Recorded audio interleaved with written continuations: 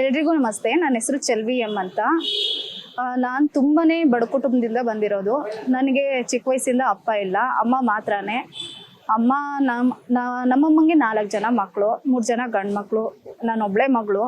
ನಿಮಗೆ ಗೊತ್ತಿದೆ, ಒಂದು ಹೆಂಗಸು ಮನೆ ಕೆಲಸ ಮಾಡಿಕೊಂಡು 4 ಜನಕ್ಕೆ ಓದಿಸಿ ಅವ್ರನ್ನ ಬೆಳೆಸೋದು ಎಷ್ಟು ಕಷ್ಟ ಅಂತ. ಅದರಲ್ಲಿ ನಮ್ಮಮ್ಮ 3 ಜನಕ್ಕೆ ಓದಿಸ್ತಾ ಇದ್ರು. ನಾನು ಗೌರ್ಮೆಂಟ್ ಸ್ಕೂಲಲ್ಲೇ ಓದಿರೋದು, ಗೌರ್ಮೆಂಟ್ ಪ್ರೈಮರಿ ಹೈಸ್ಕೂಲ್ ವಸಂತಪುರದಲ್ಲೇ ಓದಿರೋದು.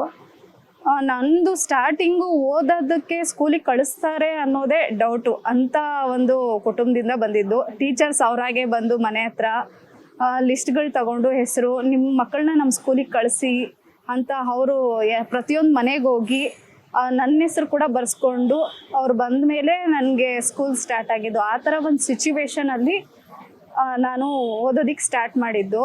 ಹೀಗಿದೆ, ಇನ್ನು ಈ ಹುಡುಗಿ ಚೆನ್ನಾಗಿ ಓದ್ತಾಳೆ, ಮುಂದೆ ಈ ಬಡತನ ಅನ್ನೋ ಒಂದು ಪರಿಸ್ಥಿತಿ ಕಾರಣದಿಂದನೇ ಈ ಹುಡುಗಿ ವಿದ್ಯಾಭ್ಯಾಸ ನಿಲ್ಲಬಾರ್ದು ಅಂದ್ಬಿಟ್ಟು ನನಗೆ ವಿಜಯ ಮ್ಯಾಮ್ ಅಂತ ಇದ್ದಾರೆ. ಅವರು ಯೂತ್ ಫಾರ್ ಸೇವಾನ ನಾನು 7th ಇರಬೇಕಾದ್ರೆ ಇಂಟ್ರಡ್ಯೂಸ್ ಮಾಡಿಸಿದ್ರು. ಅವರು 8th ನನಗೆ ಸ್ಪಾನ್ಸರ್ ಮಾಡಿದರು, ಮತ್ತು 10th ತನಕ ಒಳ್ಳೆ ಸ್ಕೂಲಿಗೆ ಅವ್ರಿಗೆ ನನಗೆ ಒಳ್ಳೆ ಎಜುಕೇಷನ್ನು ದಯಾನಂದ ಸಾಗರದಲ್ಲಿ ಸಿಗೋ ಥರ ಅವರು ನನಗೆ ಸ್ಪಾನ್ಸರ್ ಮಾಡಿದರು ಮತ್ತು ಆಪರ್ಚುನಿಟಿ ಕೊಟ್ಟರು. ಇದಾದಮೇಲೆ ಕೆಲವೊಂದು ರೀಸನ್ಸಿಂದ ನಾನು ಡಿಸ್ಕನೆಕ್ಟ್ ಆಗಬೇಕಾಯಿತು ಯೂತ್ ಫಾರ್ ಸೇವಾಗೆ. ಫಸ್ಟ್ ಇಯರು ಸೆಕೆಂಡ್ ಇಯರ್ ಮುಗಿಸಿ ಮತ್ತೆ ಡಿಗ್ರಿ ಮಾಡಲಿಕ್ಕಾಗಿಲ್ಲ. ಇದೆ ಮತ್ತು ಫೈನಾನ್ಷಿಯಲ್ ಪ್ರಾಬ್ಲಮಿಂದ ಮನೇಲಿ ಮದುವೆ ಮಾಡಿಬಿಟ್ರು. 5 years ಮದುವೆ ಆದಮೇಲೆ 1 year ಆ ಮಗುನ ನೋಡಿಕೊಂಡು 5 years ಗ್ಯಾಪು ಎಲ್ಲ ಓದು ಅನ್ನೋದೇ ಇರಲಿಲ್ಲ. ನನ್ನ ಜೀವನದಲ್ಲಿ 5 ವರ್ಷ ಈ ಓದೇನಿದೆ ಮದುವೆ ಆದಮೇಲೆ ಯಾವುದೂ ಇರಲಿಲ್ಲ. ಅಂದರೆ ನಂದು ಮದುವೆ ಆದಮೇಲೆನೂ ಇದೇ ಪರಿಸ್ಥಿತಿ. ಗಂಡ ಆಟೋ ಡ್ರೈವರು, ಓದಬೇಕು ಅನ್ನೋ ಒಂದು ಮನಸ್ಥಿತಿ ಇದ್ರೂ ಫೈನಾನ್ಷಿಯಲಿ ಏನು ಅಂತ ಸಪೋರ್ಟ್ ಇಲ್ಲ. ಮತ್ತು ಮದುವೆ ಆಗೋಗಿದೆ, ಮಗು ಆಗೋಗಿದೆ, ನಿನಗೆ ಯಾಕೆ ಓದು ಅನ್ನೋ ಒಂದು ಇದೇ ಮನಸ್ಥಿತಿನೇ ನನ್ನ ಸುತ್ತಮುತ್ತ. ಯಾರಿಗೂ ಹೇಳೋಕ್ಕಾಗಲ್ಲ, ಬಿಡೋಕ್ಕಾಗಲ್ಲ. ಬಟ್ ನನಗೆ ಚಿಕ್ಕ ವಯಸ್ಸಿಂದ ಓದು ಅನ್ನೋದು ತುಂಬಾ ಇಷ್ಟ. ನನ್ನ ಕೈಯಲ್ಲಿ ಓದೋಕ್ಕಾಗುತ್ತೆ ಅಂದರೆ ನಾನು ಯಾಕೆ ಓದಬಾರ್ದು ಅನ್ನೋ ಒಂದು ಛಲ ಕೂಡ. ತುಂಬ ಜನ ಅತ್ತೆಯವರು ಕೂಡ ನಿನಗೆ ಏನಕ್ಕೆ ಇವಾಗ ಮದುವೆ ಆಗಿದೆ, ಮಗು ಆಗಿದೆ, ಗಂಡ ಇದ್ದಾರೆ, ಸುಮ್ಮನೆ ಓದೋದು ಅಷ್ಟು ಚೆನ್ನಾಗಿರಲ್ಲ, ನೋಡಿದವ್ರು ಏನಾದರೂ ಅನ್ಕೊತಾರೇನೋ ಅಂತ ಒಂದು ರೀಸನ್ ಅವಾಗ ಬಂದ್ಬಿಡತ್ತೆ. ಆ ಥರ ಹೇಳಿದರು, ಅಪೋಸ್ ಮಾಡಿದರು. ಮತ್ತು ನಾನು ಎಲ್ಲರೂ ಕನ್ವಿನ್ಸ್ ಮಾಡಿ ತುಂಬ ಕಡೆ ಎಲ್ಲ ಟ್ರೈ ಮಾಡಿ, ಇಲ್ಲ ನಾನು ಓದಲೇಬೇಕು, ಓದಿದ್ರೇ ಒಂದು ಜೀವನದಲ್ಲಿ ಏನಾದರೂ ಒಂದು ಅಚೀವ್ ಮಾಡೋಕ್ಕಾಗೋದು, ಮುಂದೆ ಬರೋಕ್ಕಾಗೋದು.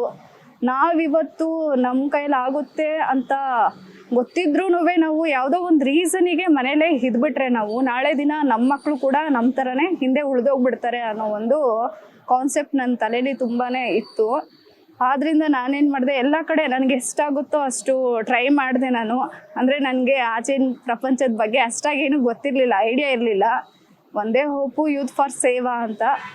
ಮತ್ತು ಅವ್ರನ್ನ ಕಾಂಟ್ಯಾಕ್ಟ್ ಮಾಡಿ, ಸರ್ ಈ ಥರ ನನಗೆ ಮಗು ಆಗಿದೆ, ಮದುವೆ ಆಗಿದೆ, ಓದಬೇಕು ಅನ್ನೋ ಆಸೆ ಇನ್ನೂ ಇದೆ, ನನಗೆ ಹೆಲ್ಪ್ ಮಾಡಿ ಅಂತ ಇದು ಮಾಡಿದಾಗ ಅವರು ಬೇರೆ ಯಾವುದು ಮಾತಾಡ್ತೀರಾ, ನನಗೆ ಮತ್ತೆ ಒಂದು ಅವಕಾಶ ಹೇಗಿದೆ ಅಂದರೆ, ಇದು ಯೂತ್ ಫಾರ್ ಸೇವಾ ಅವಾಗಿಂದನೂ ನನ್ನ ಜೀವನದಲ್ಲಿ ಯಾವ ಥರ ಬಂದಿದೆ ಅಂದರೆ, ತಾಯಿ ತನ್ನ ಮಗುನ ಎಲ್ಲೆಲ್ಲೆಲ್ಲ ಬೀಳುತ್ತೋ ಅಲ್ಲೆಲ್ಲೆಲ್ಲ ಕೈ ಹಿಡ್ದು ಅವರೇ ನಿಲ್ಲಿಸಿ, ಮುಂದೆ ಹೋಗು, ನಿನ್ನ ಕೈಯಲ್ಲಾಗುತ್ತೆ, ಮಾಡ್ತೀಯ ನೀನು, ಏನಕ್ಕೆ ಸುಮ್ಮನೆ ಹೆದರ್ಕೊಂತೀಯ, ನಾವಿದ್ದೀವಿ ನಿನಗೆ, ಬರೀ ಫೈನಾನ್ಷಿಯಲಿ ಅಲ್ಲ, ಇನ್ನು ನನಗೇನಾದರೂ ಸ್ವಲ್ಪ ಬೇಜಾರಾಗುತ್ತೆ, ಇಲ್ಲ ಕಡಿಮೆ ಮಾರ್ಕ್ಸ್ ಬಂದಾಗ ಏನಾದರೂ ಅನ್ಕೊತೀನಿ, ಇಲ್ಲ ಬೇರೆ ಥರ ನನಗೇನಾದರೂ ಮಗು ವಿಷಯ ಆಗಿರ್ಬೋದು, ಬೇರೆ ಏನೇ ಆಗಿರ್ಬೋದು, ಇಲ್ಲ ಕಲೀಲಿಕ್ಕೆ ಯಾವುದಾದ್ರೂ ಇಂಟ್ರೆಸ್ಟ್ ಇದೆ, ನನಗೆ ಮಾಡ್ಲಿಕ್ಕಾಗ್ತಿಲ್ಲ, ನನಗೆ ಧೈರ್ಯ ಸಾಕಾಗ್ತಿಲ್ಲ ಅಂದಾಗೆಲ್ಲ ಅವರು ನನಗೆ ತಂದೆ ತಾಯಿ ಥರ ಕೈ ಹಿಡಿದು ನಡೆಸಿದ್ದಾರೆ. ಇದರಲ್ಲಿ ಹೇಳಬೇಕಂದ್ರೆ ನನಗೆ ವಿದ್ಯಾ ಮ್ಯಾಮ್ ಅಂತೂ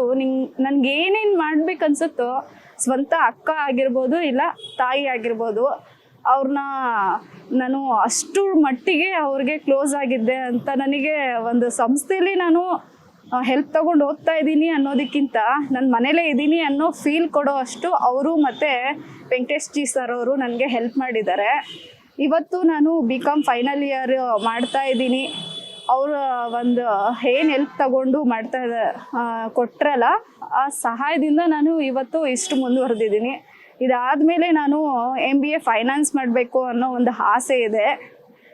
ನೋಡಬೇಕು ಮುಂದೆ ಏನಾಗುತ್ತೋ ಗೊತ್ತಿಲ್ಲ. ಒಟ್ಟಿನಲ್ಲಿ ಏನೇ ಆದರೂ ನಾನು ಎಷ್ಟೇ ಕಷ್ಟ ಬಂದ್ರೂ, ಈಗ ಹೇಗಾಗಿದೆ ನನ್ನ ಸ್ಥಿತಿ ಅಂದರೆ, ಚಿಕ್ಕ ವಯಸ್ಸಿಂದ ಬರೀ ಕಷ್ಟದ ಜೀವನ ನೋಡಿ ನೋಡಿ ನೋಡಿ ನನಗೆ ಯಾವತ್ತು ನಾನು ಆಲ್ಮೋಸ್ಟ್ ಪಾಸಿಟಿವೇ, ನಾನು ನೆಗೆಟಿವ್ ಆಗಿರಲ್ಲ. ಎಷ್ಟೇ ಕಷ್ಟ ಬಂದರೂ ಅದು ಒಂದು ಲೆಸನ್ ಆಗಿರ್ಬೋದು, ನಮಗೆ ಏನಾದರೂ ಕಲಿಯೋಕ್ಕೆ ಸಿಗುತ್ತೆ ಅಥವಾ ಸ್ಟ್ರಾಂಗ್ ಮಾಡೋಕ್ಕೆ ನಮಗೆ ಅದೊಂದು ಅಸ್ತ್ರ ಆಗಿರ್ಬೋದು ಅನ್ನೋ ಒಂದು ಪಾಸಿಟಿವ್ನೆಸ್ ಇದೆ ನನಗೆ.